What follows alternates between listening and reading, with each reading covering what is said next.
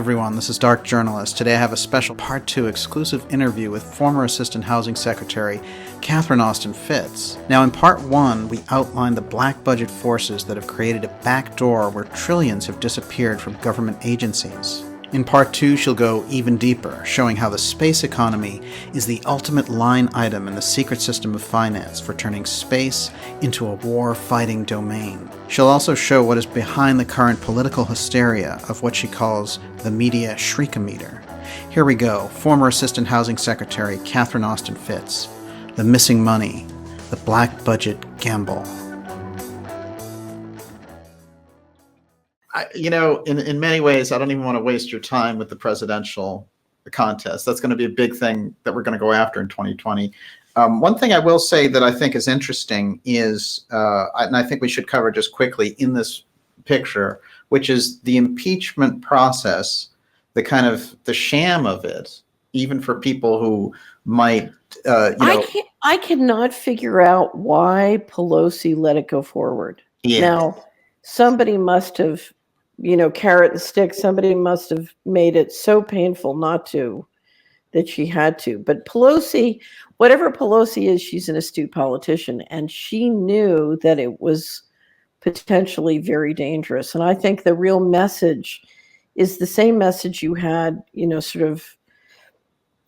had it all along. But if you take the people who really run America county by county, you still have a lot of very hardworking, very productive, very intelligent people, and they are shocked at the notion that you are paying this much money for a governmental infrastructure that is not focused on the real issues. And, I'll give Trump credit because he said early on, I have a day job. I can't be I can't be spending my time on this. And he's right. So I think that was to his credit. But I'm in Texas now. I've been driving around the country since early November. And what I have to say is the loss of interest in the DC political furball, I've never seen it higher. People are focused on how am I going to feed my kids without food stamps? They don't have time for this. Right. And so I'm surprised Pelosi let it go forward because, the Russia op didn't work. Right. And now the Ukraine op didn't work. Mm-hmm. And so you got two groups of people mad at you. One is who feels you've wasted their time and money and not done the real work you're supposed to do. But then you got a whole nother group of people saying, I just have to tell you a great story. This is a story. So when I went to work at HUD, the secretary had a problem because the law said he had to go to the right, but politics said he had to go to the left. So his way of solving things, he would call me into his office and he would say, okay, there's terrible corruption in the Title X program. I want you to shut it down. I'd say, yes, sir. And I'd leave, making a checklist of what I had to do to shut the program down. He would call in my general deputy and he would say, I just told Fitz to shut down Title X, make sure she fails. And that's because he needed the program to keep going to finance the politically engineered deals. But he needed to tell the New York Times that he was trying to shut it down. Right. Okay. And you'll go through the history of how these games are played politically, and incompetence is a major air cover. Oh, it's not our fault. It's those stupid bureaucrats, So anyway, so it didn't take long I had 3 deputies and a general deputy for us to get to the fact that we were getting contradictory instructions from the secretary. And then the question is, okay, well, what do we do? How do we manage this? So we had to come clean with each other and constantly deal with it. Anyway, so the general deputy, as a result, kept failing at his instructions because I basically did a very good job of running the line management of the operation. All the deputies were, we were all transparent with each other, and the general deputy just was not effective at countermanding my orders in secret anyway. Right. So one thing led to another, and he got a new job offer. And so he left and went to that, and he was being sworn at the new job. And the secretary went over to be part of the swearing in ceremony. And Jack turned to him in the middle of the ceremony and he said, "You know what your problem is, Peter? You can't even take out a woman." So the political problem that the Pelosi and the Democrats have is they went into the woods to shoot the bear. They wounded the bear, but they didn't kill the bear. Right. And so now the message is you can't even get the job done. Right. Right. And they have commanded, I mean, Clinton commanded incredible resources to lose an election. Mm-hmm. The Democrats commanded incredible resources to play the Russia card. And they did tremendous damage globally. We have done tremendous damage. If you want to blame the current executive branch for anything, the damage that the Shriekometer has done to our brand globally, I would tell you is the people who run the media want the dollar to fail. That's, I don't know what they're up to. But we've done terrible, terrible damage, and they didn't get the job done. And now they've played the Ukraine card, and Pelosi and Schiff have not gotten the job done. So is it possible that in this whole process, in both of them, aside from just hobbling the Trump administration, that they were looking for something else? Well, here's what you have had. You've had a distraction. So if you look at what the deep state is doing to re-engineer the federal government, mm-hmm. to a certain extent, the Trump administration and the Congress are irrelevant. Because unfortunately, here's where we are. With FASB 56, Congress has abdicated their responsibilities and the power of the purse. So Congress no longer controls the purse. We know, I just did a great interview with Amy Benjamin on international treaties. We know that Congress has basically, in some cases abdicated their power on international treaties. And so, and we know if you look at what's happening with the military globally, they've abdicated their power in terms of deciding when we do and do not go to war. So what is it Congress does? Apparently Congress entertains. Right. That's the danger here. And that's not good. We need Congress, you would like a Congress that's really an intimate part of governing the country. But, whether it's war, the purse, or international treaties, if they're not asserting their responsibility in that vein, you've got a real problem. That's one of the reasons I like Rand Paul so much, because on all these issues, he's insisted on congressional role and authority, in those matters. But he's almost a lone voice on that, yeah. Right. So, well, not a lone voice, but certainly the loudest voice, or I would say the clearest voice. If you look at what the deep state is up to, the re-engineering of the government with FASB 56, and now with the Jedi contract, first you had the intelligence agencies go into Amazon. You got FASB 56 done. Now you have the Jedi contract. I don't know if you saw my tweet. I tweeted to Trump. I said, if you sign this contract before you are through the impeachment process, you give Gates a headshot at you. So don't do it. Yeah. Do not do that. That's a big mistake I've seen politicians make before. But anyway, so with Amazon and Microsoft controlling the cloud and FASB 56 in place, you have operationally and financially complete control of the government by the corporate infrastructure. Yes.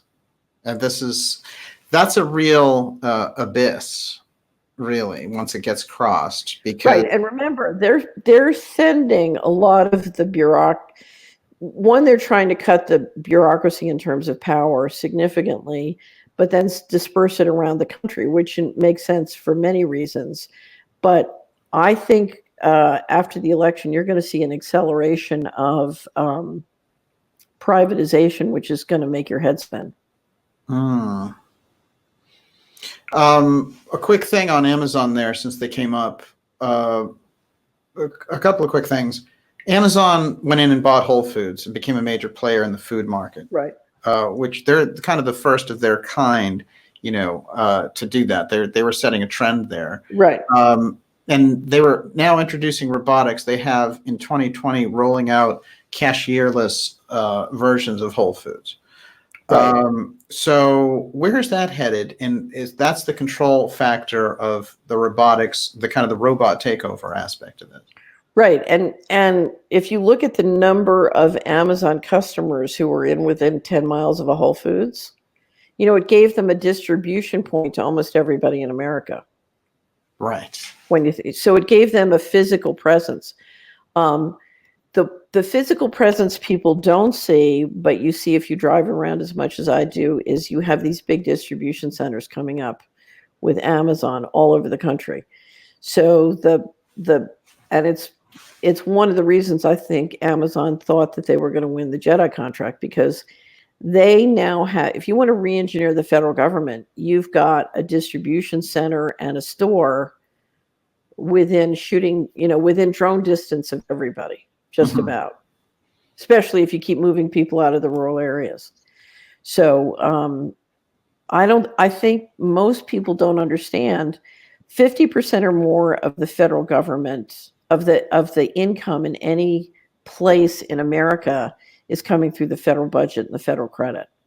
And if you get everything into a cloud, the ability to spin that and re-engineer it is phenomenal. In 1989, when I went first to FHA, I did a very detailed bottom-up budget of time for all 7,000 workers and what I was doing. And to make a long story short, I figured out that if I was free to re-engineer the products, what I had 7,000 people to do, I could do with 250 if I got everybody automated. So the speed at which you can re-engineer the federal government and all those cash flows if you're in the cloud is phenomenal. Amazing. And that goes into a lot of the software that was developed in the back doors and all the rest of it. It's the same kind of system. Well, that's the question. If you have the 17 intelligence agencies in the Amazon cloud and you have DoD in the Microsoft cloud, who has access? Yes. Yeah. Welcome to the data beast. I call it the data beast. I like this term. Well,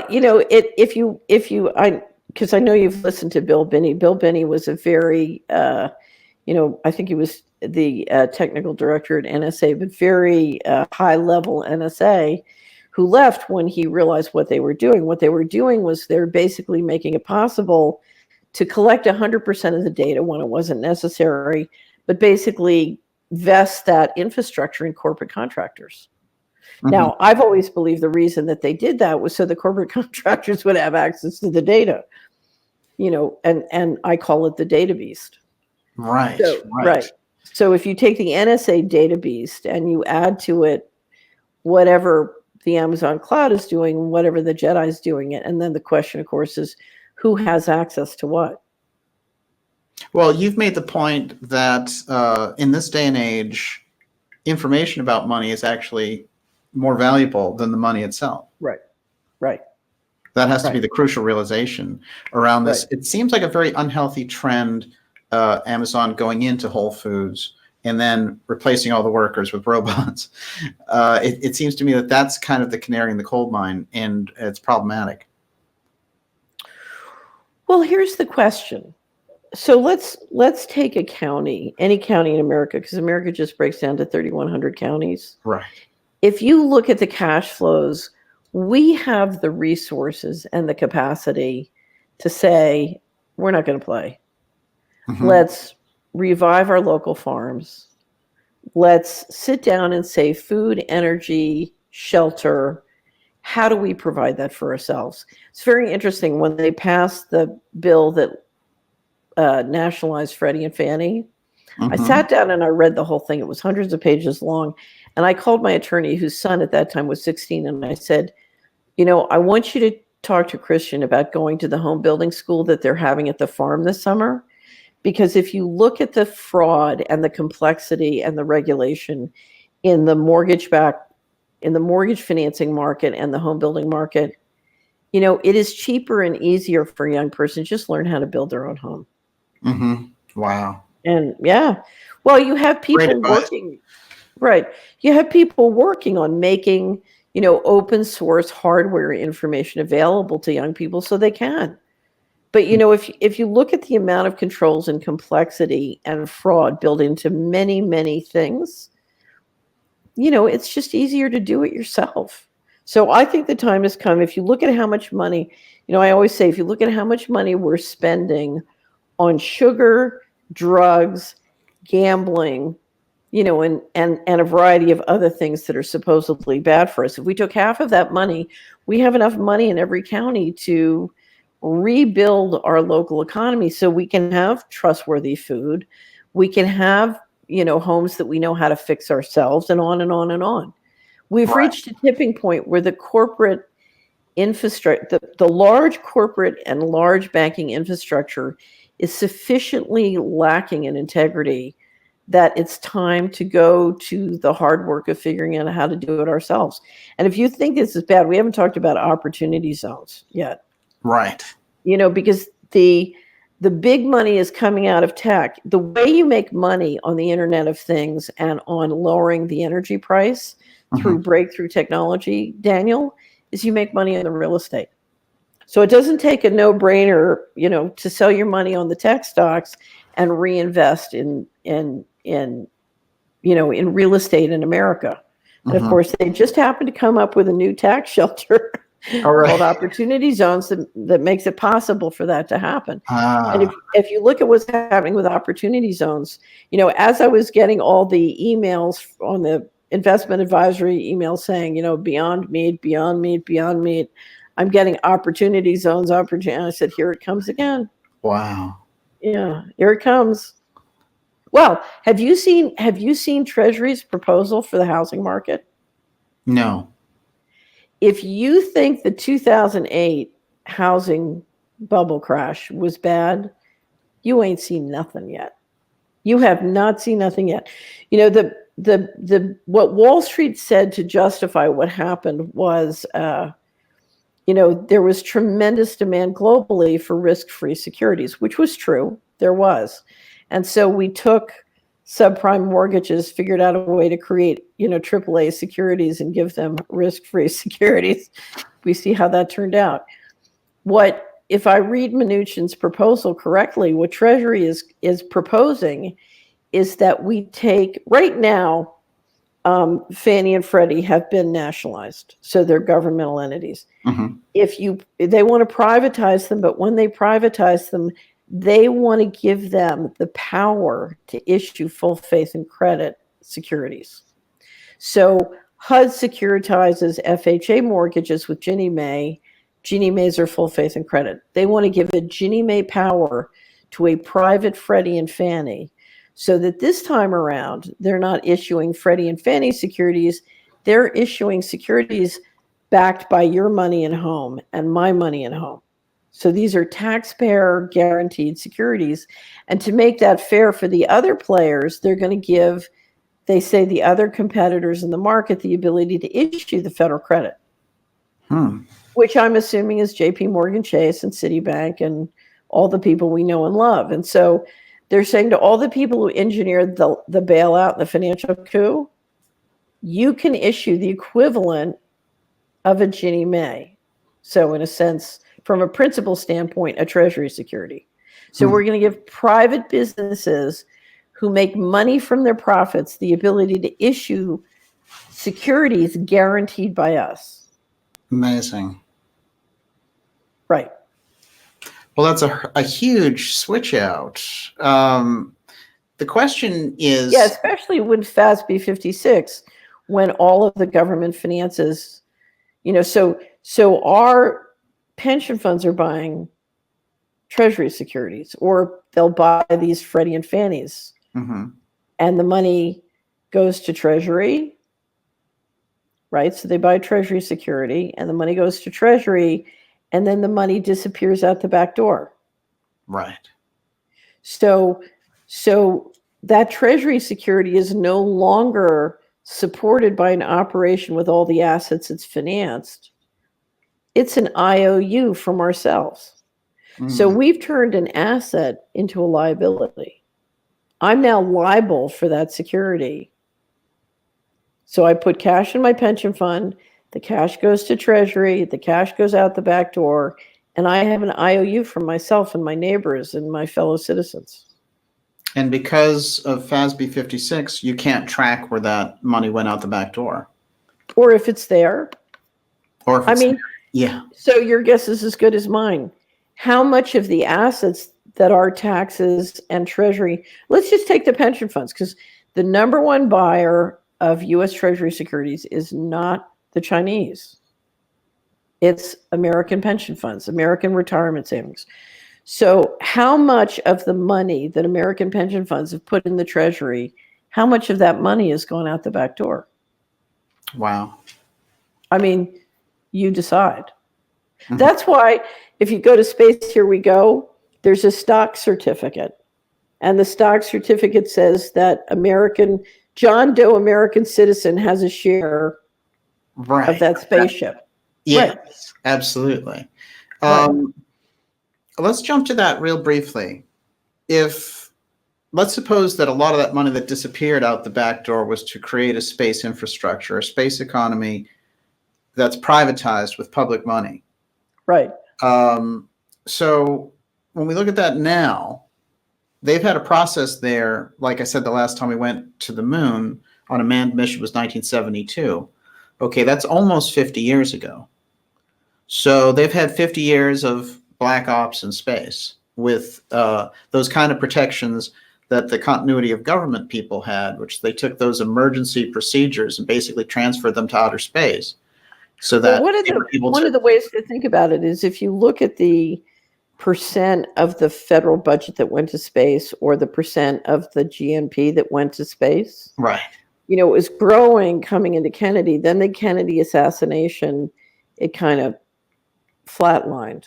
Right. And if you just say, okay, let's assume the same growth trend, mm-hmm.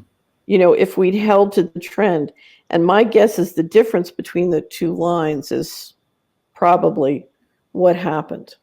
That's okay. So that's 56 years of real space growth. Yeah, the growth trend stayed, but it just went dark. Mm-hmm. And so, I mean, you can almost look at the Kennedy assassination, which we just had the 56th anniversary last month.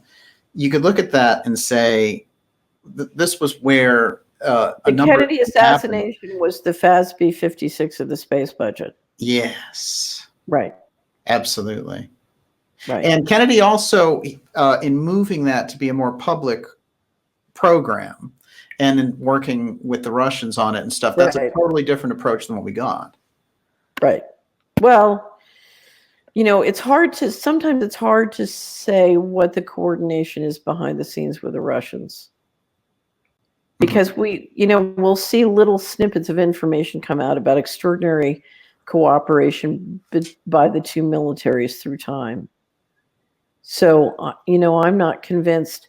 I'm also convinced if you look at what Putin's been up to, he's all along, he's been getting help from the West. Because things don't break up between sovereign government. You know, we talk about sovereign governments as though they're the power players. They're not. You have these different cartels. And so...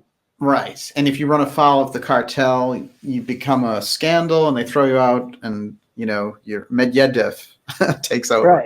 Right. One thing about Putin, though, you mentioned it recently, which is that he got into a couple of interesting comments. One was in relation to talking about how in France they have the new thing is parent number one and parent number two. And that made me think immediately of your comments about Gender X, this bill that they proposed in New York by Mayor de Blasio, where they wanted now that option to be there, Gender X. And this is actually not about rights for transgender people. It was actually for rights for robots, ultimately. I found that very interesting. Well, you are seeing the G7 countries try and move under law and culture from a model of a human who is sovereign by divine right to a model where a human is a natural resource, is just like an oil deposit. Yeah. So you're moving from the Bill of Rights to technocracy, and you have to change a human being from a sovereign individual to a manipulable commodity. Exactly. So from a individual to a commodity. And Putin has taken a role in sort of arguing for the divine right of humans, and trying to make it clear that all the very, a lot of this is being sold through sneaky cultural methods. Yes.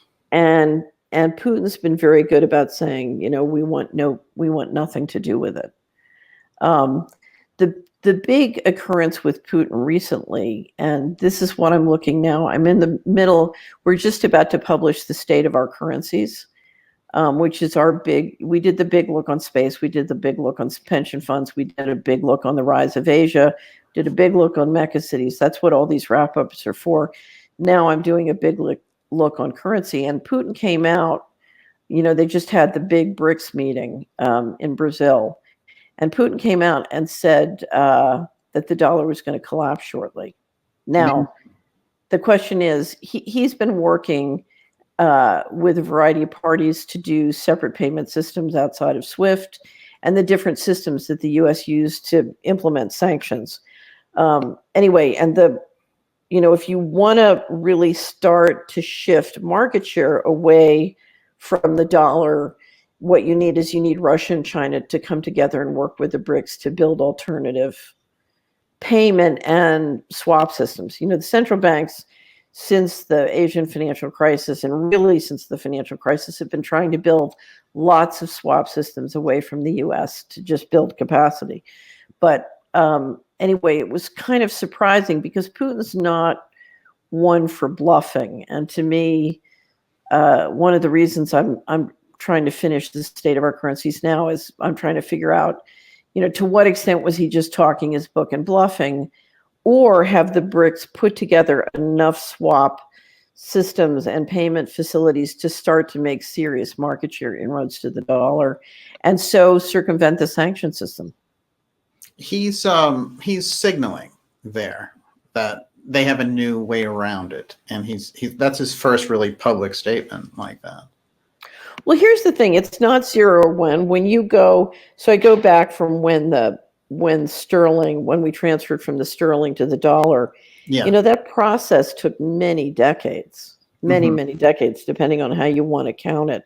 And it was one of the reasons the American Wall Street tried so hard to get the Federal Reserve Act passed in 1913, was they couldn't play internationally as a reserve currency without a very tight central bank.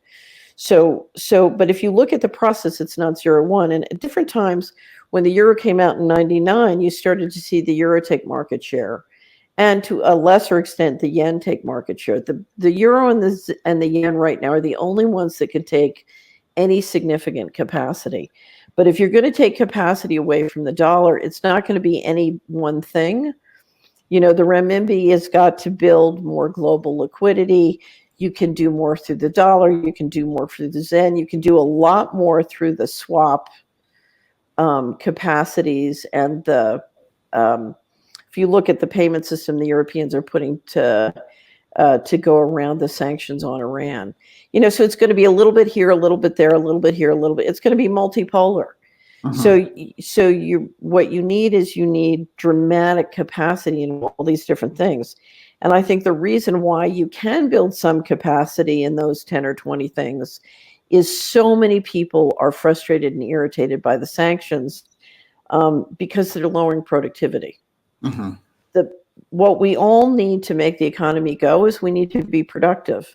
And so much of what, the Chinese are in Asia saying, let's build bridges, and the Americans are saying, let's build bombs. Yeah, right. And what's unfortunate about the way this is going is the Americans are controlling through negative means. The Chinese are trying to control more through let's build infrastructure and be positive means.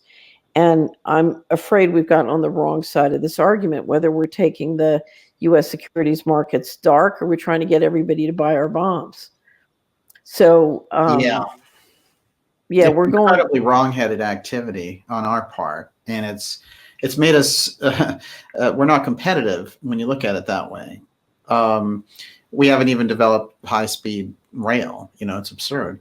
One of the things I wanted to ask you in relation to all this, though, is, the transhumanism aspect for 2020. So much more of it is out there, and you've actually turned to calling some of these activities subhuman. Right. An effort to make human. That was Thomas Myers. He said transhuman, it sounds like it's an evolution. It's not. It's subhumanism. Yeah, right. We're going back to a primitive state, and he's right. Mm-hmm. It's funny because if you look at the amount of money and entrainment that have been put into both the transhumanism, all the various parts of transhumanism, and then all the money that's been put into the climate change op and entrainment, it's unbelievably significant. I have to tell you a story. I was flying back from Paris at the end of October, and I was in one of these hotels where you do everything yourself. It's very sort of groovy and cool. It was next to the airport. I wanted to, because I was flying out early in the morning. And I came down to have dinner in sort of the snack bar, and there were these two amazing African entrepreneurs. There's France and Africa are so closely tied financially and economically. But anyway, so you had these two tall guys. They both looked like movie stars. They were clearly very, very wealthy. And they're sitting there talking politics and money. And you could tell these are people who understand the real deal, and they're good at it. They're very, very confident. And so the waiter says something about, we have to save the planet with climate change. And they started laughing so hard. It was unbelievable. And they're just like, these people in the G7, they're so mind controlling. They start talking about how mind control. And then the transgender thing comes up, and it's the same thing. And basically, the whole thing that their conversation and spirit radiated was, we're going to eat these people for breakfast. Yeah. We're going to be able to take over all their markets, and we're going to be able to just, they were licking their chops because they just figured the general population in the G7 is so stupid and clueless. They have no idea how the game works. And you could tell they were like, it's a world of opportunity for us. Right. And you're sitting there as an American and you're thinking, oh, Lord, how can I help people understand so that they don't, if you're going to build a successful business, you have to navigate reality. And the world is full of entrepreneurs from all over the world who, have a pretty amazing beat on reality. And we need that too, Daniel, if we're going to succeed in the next 10, 20 years. Well, that's quite a reality check. You've put together a campaign for tracking the missing money, and you've got missingmoney.solari.com, which I think is an excellent resource for just seeing what that's all about in a nutshell. Right. You've been covering this, as we pointed out, for over 2 decades. That is money vanishing from these agencies, and these agencies not being accountable for the money that's vanished. Right. HUD in specific is one that you've pointed out, and the DOD. And before that, NASA. But I understand that 21 trillion is just HUD and DOD. Right. When you're thinking about this campaign and I want to do a hypothetical about this, because you're doing a hashtag My21 about the 21 trillion and how it balances out to 65. Every week we're publishing a new poster. Yes. And then Dr. Skidmore's daughter wrote a song. Oh, that's great. So we have a missing money song, and then every week we have a missing money poster. And what I'm hoping it will inspire people. The campaign is a time when we get together and talk about what's important to us. Right. And so it is an opportunity to have a very important conversation. And so what we wanted to do is a poster that would help it bring down to each person and their issues. So one, we have a homeless vet saying, give me the 21 trillion, I can rebuild the country. We have a older woman saying, about my underfunded pension fund, what about the 21 trillion? Then we have a little baby calling out the Virginia Congresswoman for her, not caring about the $750 billion missing at HUD. And then we have I'd have to go back and look right now, but every week I want to do one There's on a the student loan one too. Oh yeah, no, the first one, I love the first one. He says, about my student loan debt, just take it out of the 21 trillion. And well, I did that after the litigation. I had one of the major banks that I owed $14,000 to, which was exactly my calculation of what at that time, it wasn't 65 trillion. It wasn't 21 trillion. It was less. But so now it's $65,000 a person, but then I'd calculated $14,000 a person. So I wrote them a letter and I said, you owe me $14,000. Wow. I'm asserting a common law right of offset. I owe you 14. You owe me 14. I'm asserting a common law right of offset. I'm not going to pay you. And the common law right of offset is? Common law right of offset is a law that is a right that the Department of Justice has asserted when they decide that you owe them or the federal government money. They will assert a common law right of offset to say, okay, we owe you $1, but we believe you owe us $1. So we're not going to pay you the $1 we owe you. We're going to assert a common law right of offset. Right. And I first discovered it when they owed my company money and they tried to stiff us by asserting a common law right of offset. And it provided me with an enormous education on the common law right of offset. And what I have to tell you is every person in America, as far as I'm concerned, has a common law right of offset of $65,000 against those banks and contractors. This is a really landmark realization, actually, as is your letter to that bank. In relation to this, can you describe the Treaty of Westphalia? The Treaty of Westphalia, it was European. The Treaty of Westphalia established the principle in the 1600s that a sovereign government would have monopoly on force in its jurisdiction. And the problem in the medieval ages was, the violence was free range. To go from here to there, you could be accosted by a variety of different parties, including the sovereign government. So, the idea was within a territory, the sovereign government has jurisdiction over the application of violence. And now we finance so much private intelligence and military capacity that, we really have private corporations with armies that are free to use those armies to get their stock up. That's remarkable. It's quite a change. Well, who do you think are killing all these doctors? Yeah. Yeah. I mean, you have assassinations going on all over the country. You have poisoning going on all over the country. You have covert operations going on all over the country. It's unbelievable. It's funny, when I finished my personal history on missing money for the wrap-up that you just held up, the last section was going to be on tactics. What are the tactics they use to get away with all of this? So I decided, it's too long. I'll cut it out of there and I'll do a Solari report called Deep Tactics. And it was so popular, it's turned into a series, and that's going to be the annual wrap-up this year. It's called Deep State Tactics 101. Yes. 101. Yes. And we've published 5 parts, and we have 5 more parts to publish, but we're going to do it as part of the wrap-up and roll it up. And what was amazing was all my subscribers kept coming back and saying, oh, that's what happened to me. I thought it was just a coincidence. Wow. They don't understand that these are tactics used to manipulate, herd, control, harvest. And it's not just the government using it. It's private corporations using all this stuff. This is a very important realization because very often people will attribute any kind of surveillance or harassment to the government agency, but there's a lot of options there. I'm sure somewhere there's an encyclopedia twice the size of the old Encyclopedia Britannica just on tactics. Yeah. But it was, we are in an environment of economic warfare, and there is a war on every,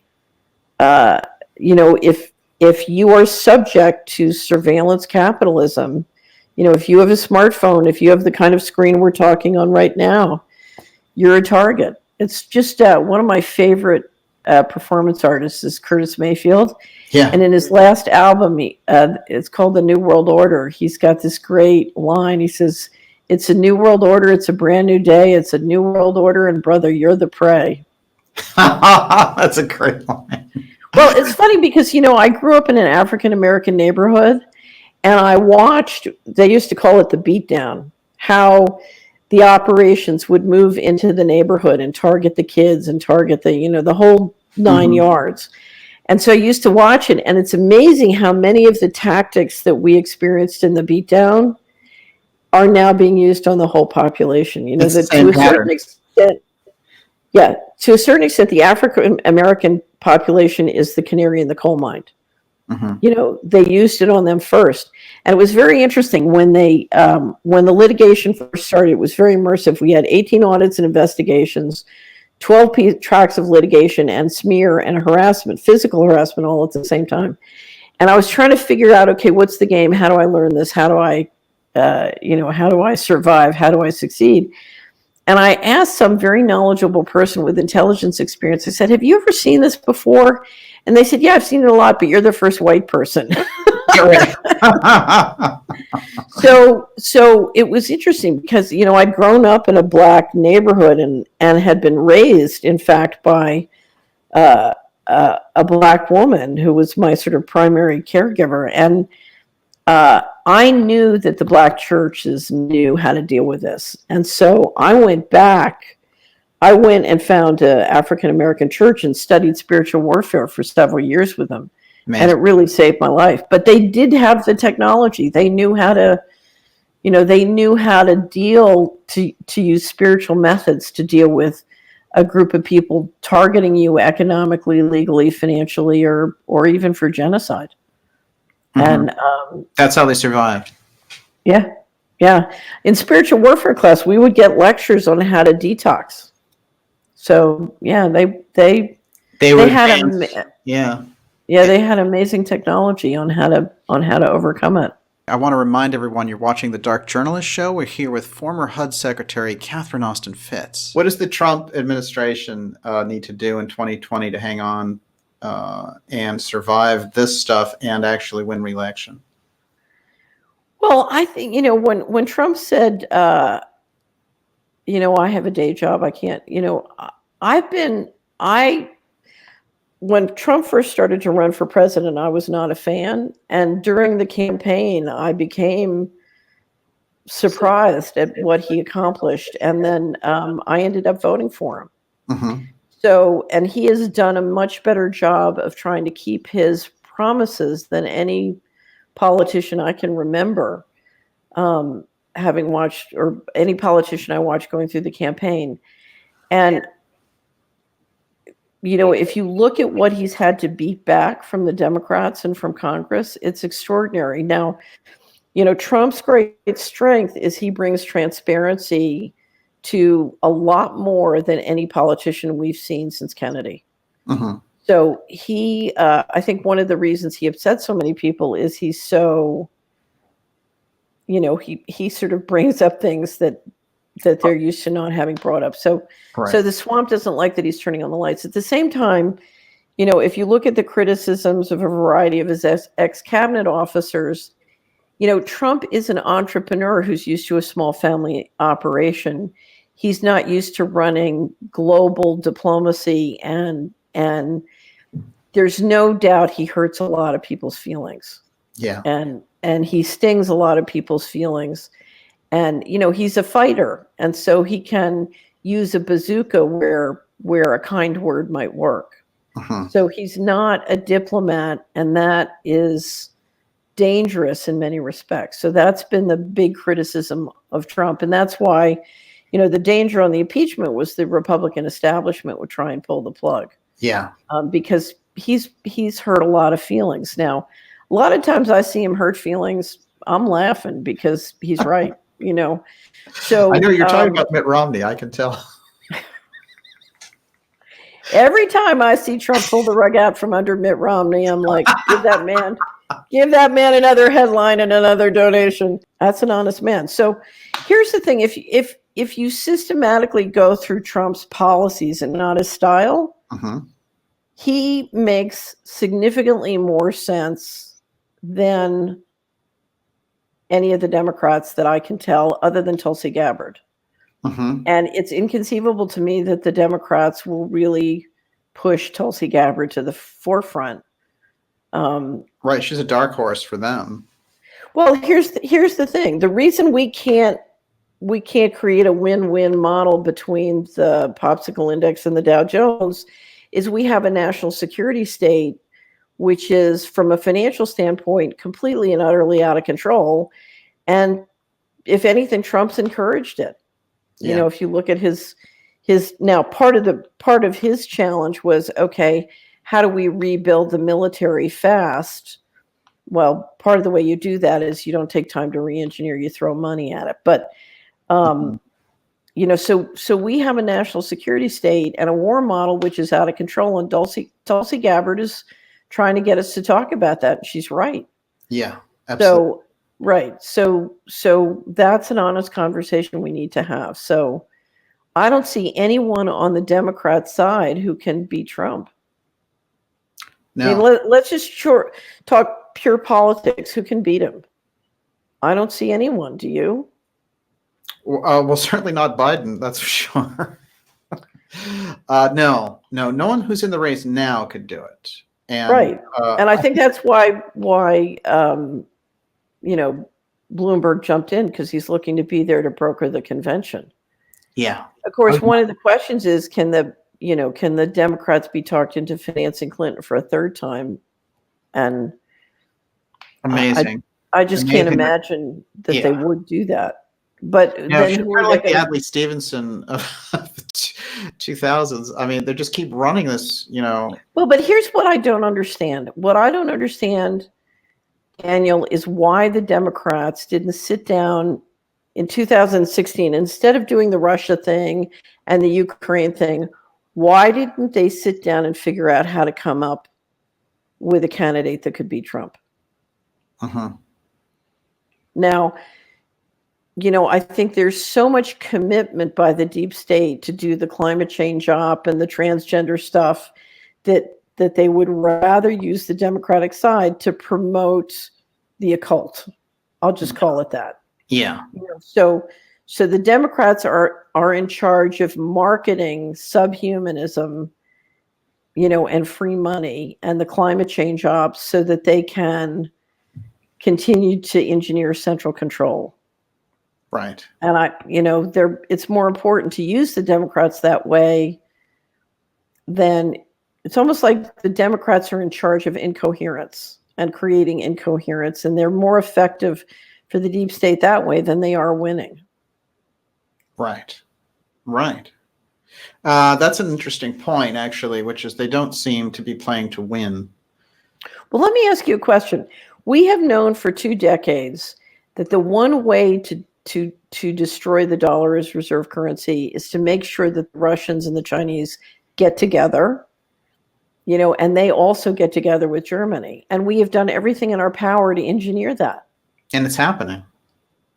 Well, but it looks to me like we're doing everything we can to make it happen. Do you know how hard it is to get those guys to get along? Yeah, right. You know, the Russians lost 20 plus million people during World War II. Yes. So if you look at the natural reasons why China and Russia should not trust each other, you know, they just built a bridge now.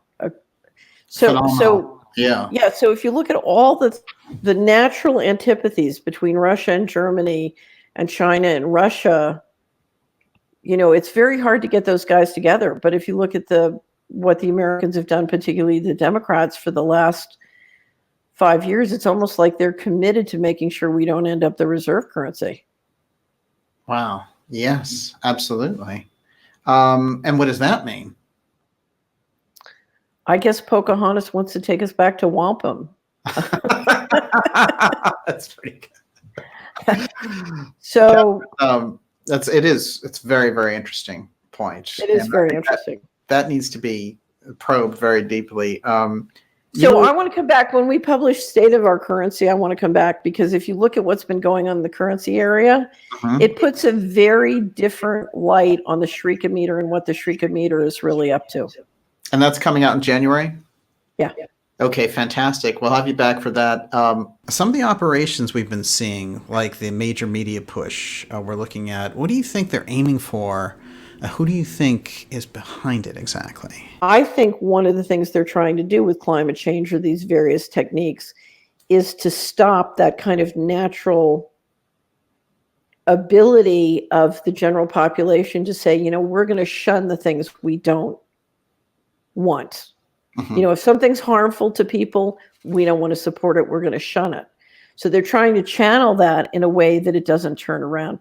So you have all the big monopoly players. You have Larry Fink last year writing his letter saying, we have to be socially responsible, and all you little people, you should trust us.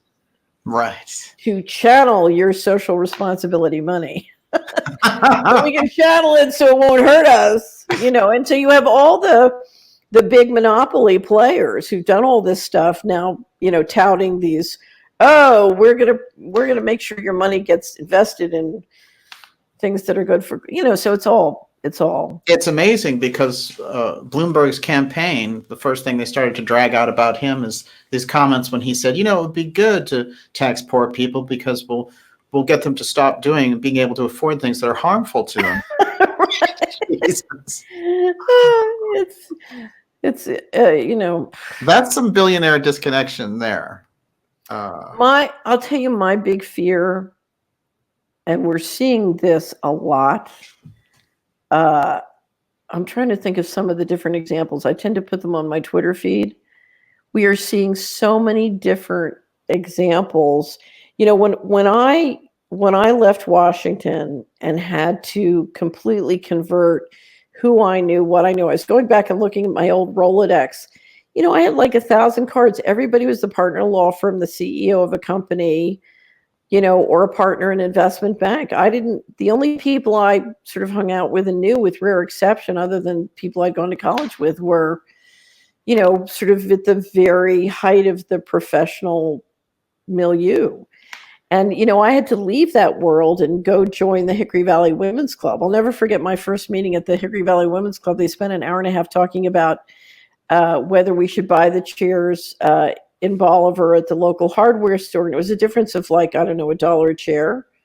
Mm-hmm. And finally, at the end of an hour and a half, I was dying. And I said, if I write a check, can we talk about something else? Because it's just, it's more expensive for me to listen to this than anyway. But, you go from a world where you're doing $1 billion deals to you spend an hour and a half trying to figure out which chair you buy because you can save $1, right? Wow. Yes. And you learn a lot about why people behave the way they behave, why they do. It's a very different risk profile. And what I discovered was I really thought I knew how the world worked and how local economies worked and how small business worked. I thought I knew all of that stuff, and I got an enormous education from 1998 on. So I've had a 20-year education about how little I knew. And it's a very humbling and very educational experience. And now I'm turning around and watching all these other leaders who spent the last 20 years in the establishment. And, they're smart people. They're hardworking people. A lot of them are productive people. They have not a clue how things work bottom up. Because the whole economy has been so over subsidized by federal credit and federal programs and federal everything. It's what I always said, people who win in a rigged game get stupid. And you've got a lot of, to a certain extent, I feel badly because I think there are a lot of good people who want to do the right thing and they just have not a clue how the economy works. Amazing. And this is the important kind of reform in education that's required. Well, I think we all, the problem with the amount of secrets we've had in this economy since 1947 is you end up, it's like an orchestra that's playing in the dark and nobody can read the score, nobody shares the same score, and you get noise. Mm-hmm. So we have to find a way to lower the secrecy. And of course, we're going the opposite way with FASB 56. Right. If anything, that takes us even further black. Right. But, what you're doing is you're running the money very differently from what we say we're doing. And we're running it very differently than if we were going to optimize and have a model where the Dow Jones and the Popsicle Index were friends. So, but we're also thinking we can solve all the problems that come from that and the unhappiness that comes from that with entrainment and mind control and the shriekometer and distractions like the impeachment and all this other stuff. And the reality is, you're talking about a massively unproductive economy and massive amounts of money going to things that aren't productive, when in fact we need research. I mean, people are homeless, people are not eating properly, people, are lacking all sorts of opportunity. So entrepreneurs are lacking capital to build their businesses. You can't waste this much money on social control and engineering when you have legitimate needs going unfunded. And at the same time, you have people all over the world who are sick and tired of subsidizing us through our reserve currency status or through, our capital market status. They're getting tired of it and they're watching the waste. I mean, if you're sitting and you're a hardworking small business person in Eastern Europe and you're watching the waste of the impeachment and the Russia canard, you think we're crazy. Oh, I can tell you. I mean, when you walk around here, of course, I'm in Cambridge, and there are people hooked into MSNBC and thinking that they're in like 1974 Watergate hearings or something because they've been entrained with this. And they think that they're like, well, I wonder what's going to happen when Trump is evicted from office, And well, here's the thing, Daniel. I'm kind of I believe in a free and inspired life. If you want to walk in hooked around to MSNBC and believe all that stuff, I honor your right to do that. Yeah. But if you ask me to subsidize your doing that,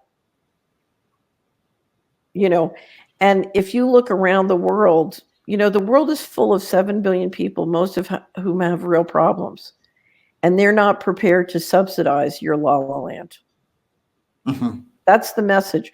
The message that's coming, and you're going to hear it loud and clear after the 2020 election, is the world is not interested in subsidizing, our la la land.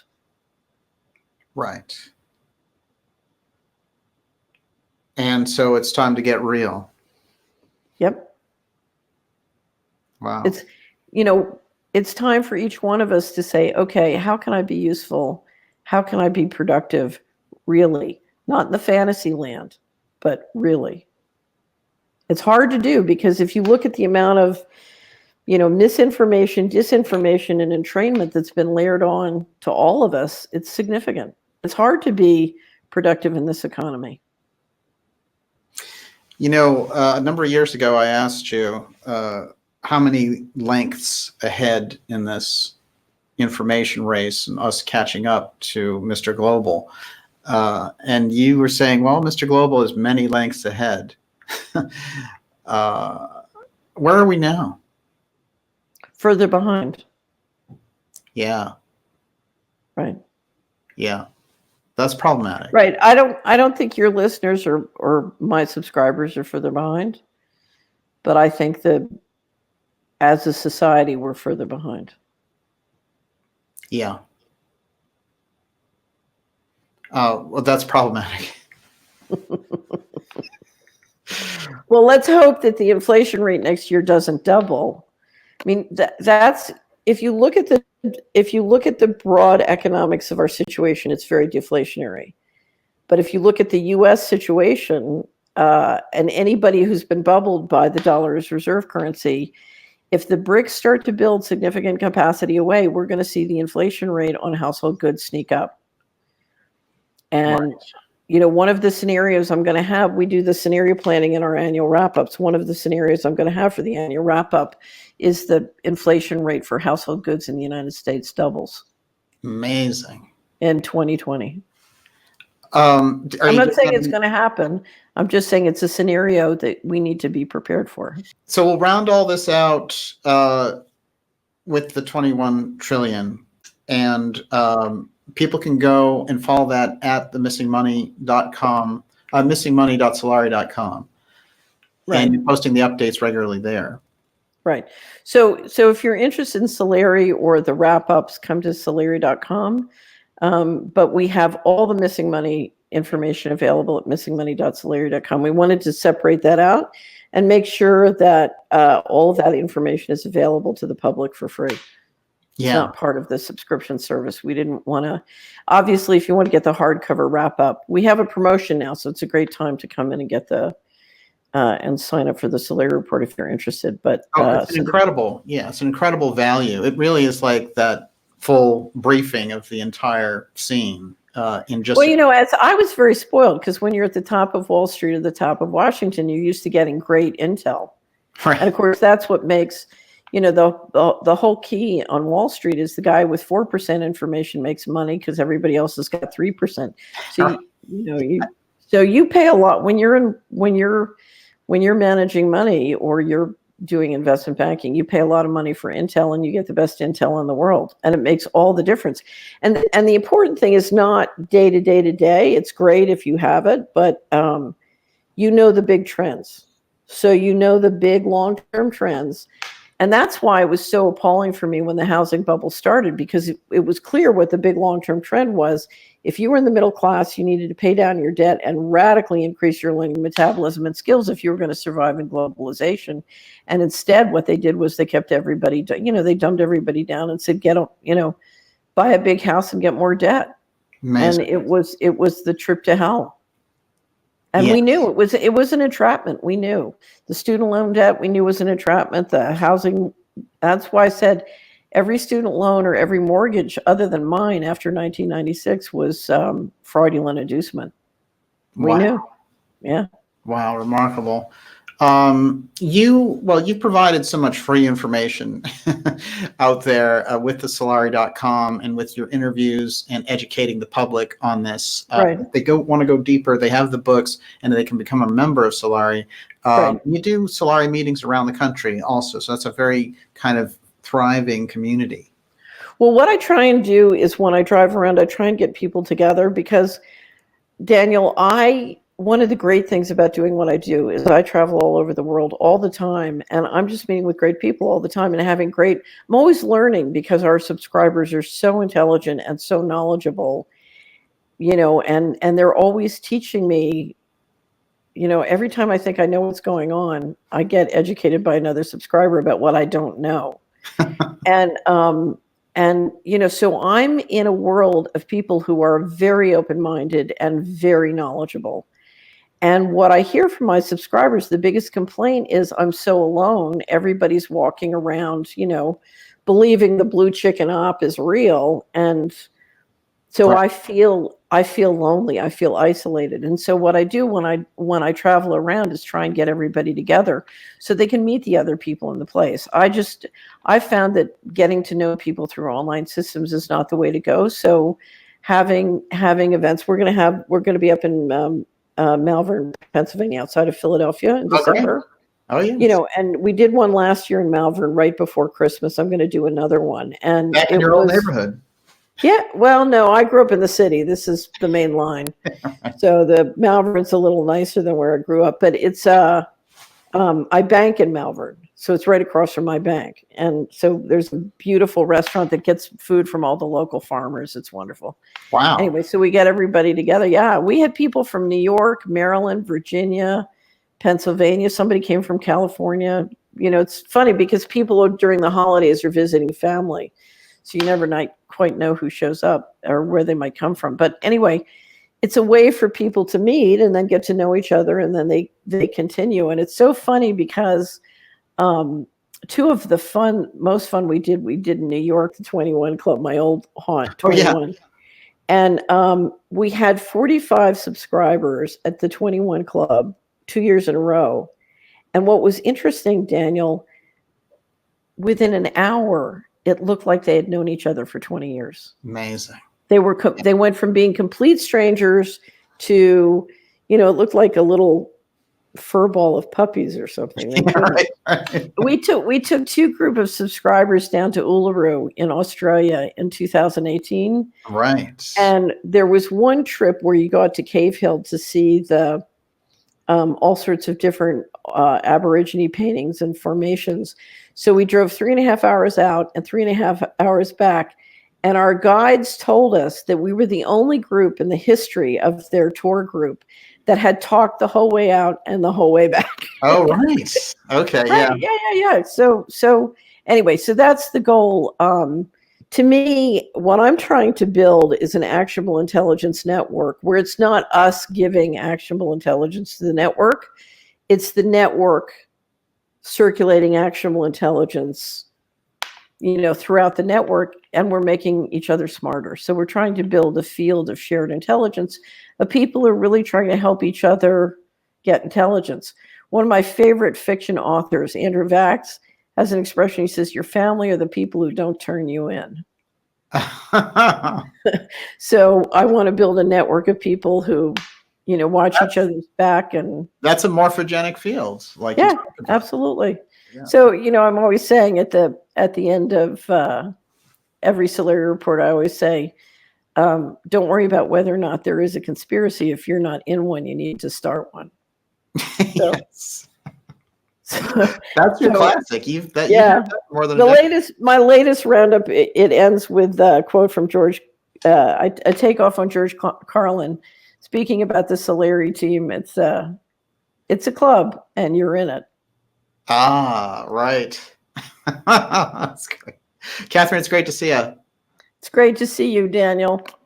And we talk soon. Everyone will be at Solari.com picking these up and getting smart for 2020. Right. And for the 2020 campaign, if you go to a town hall meeting, if you are involved in the campaign at all, start asking questions about that missing money. You can get it back. I think it's crucial. Yeah. You can get it back because we can get stock certificates in the space station, right? Right. We can get a common law right of offset. Mm-hmm. And you can come to the table with political leverage saying, wait a minute, you gave 21 trillion you disappeared 21 trillion. You gave 24 trillion to the banks. What do you mean there's not 5 trillion for the pension funds? So this is real leverage, and this is leverage you can use to get the money back. I think the independent media has the ability to push this. And right. So let's see it on the ground. I would love to see this go viral. This is the thing I think that can open up the conversation. Like you said, in 2020, it's a political campaign. Everyone's going to be talking anyway. Might as well get them talking about something significant and worthwhile. Right. Yeah. And something we all share. Right. This is everybody. Whatever your little flavor of the week is, it includes that. Yes. Right. Absolutely. It's fascinating.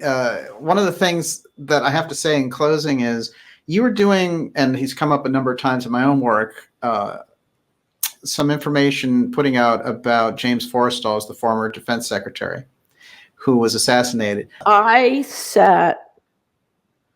Forrestal's portrait stared at me through so many lunches in the partners' dining rooms. I can't tell you how many times. And I think there was a subliminal message to all the partners at Dillon Read. Be very, very careful. It's a dangerous world. Yes. Yeah. So for many, many years, I tried to figure out who killed Forrestal and why. And I really believe Dave Martin in this latest book gave me the information we needed to kind of say, okay, here's what I think happened. So we did a big Solari report, and I did a review of the book and got Dave Martin on. And it was very personally gratifying for me to kind of come to, it's one of the assassination mysteries I've tried to solve in my life. Yeah. And one of the interesting things, because you had Dr. Farrell on the book he wrote with McCarthy, I think there is a direct thread from the assassination of Forrestal to the assassination of McCarthy to the assassination of Kennedy. And if you look at it as one continuous thread in the growth of the black budget, the world makes so much more sense. Incredible. Yeah, it was for me, it was very gratifying because, I used to look at that picture all the time and think, what did Forrestal do and how did they get him?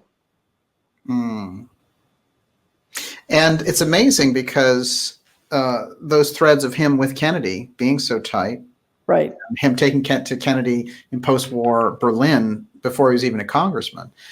I mean, it's really interesting. I have it in a frame in my house. One of the most impactful photographs of my life was when I saw the photograph of Kennedy going on an unscheduled surprise visit. He was over at Arlington Cemetery for official reason, but he just said to his detail, wait, I want to go see Forrestal's grave. And he went for an unscheduled stop to visit Forrestal's grave. And you can tell, because, I'm sure Kennedy knew what got Forrestal killed. And he was trying to figure out what he was going to do in terms of bringing transparency to the black budget. And so for him to go have an unscheduled stop so he could confer with Forrestal, and that was the year he was killed. Remarkable. Yeah, it's a magic moment. So I have it as I walk out of my office. There's a bookshelf, and it's there to remind me every day. I've seen that picture. It is quite a unique photo, and the fact that it was taken at all. Yeah. But then you going through all this at Dillon Read as a partner and seeing Forrestal there, it's kind of interesting fate lines. Well, I hate to say this. I'm going to take it personal. There are two mysteries two deaths that I wanted to solve. Who killed Forrestal and why, and who killed my mother and why. Right.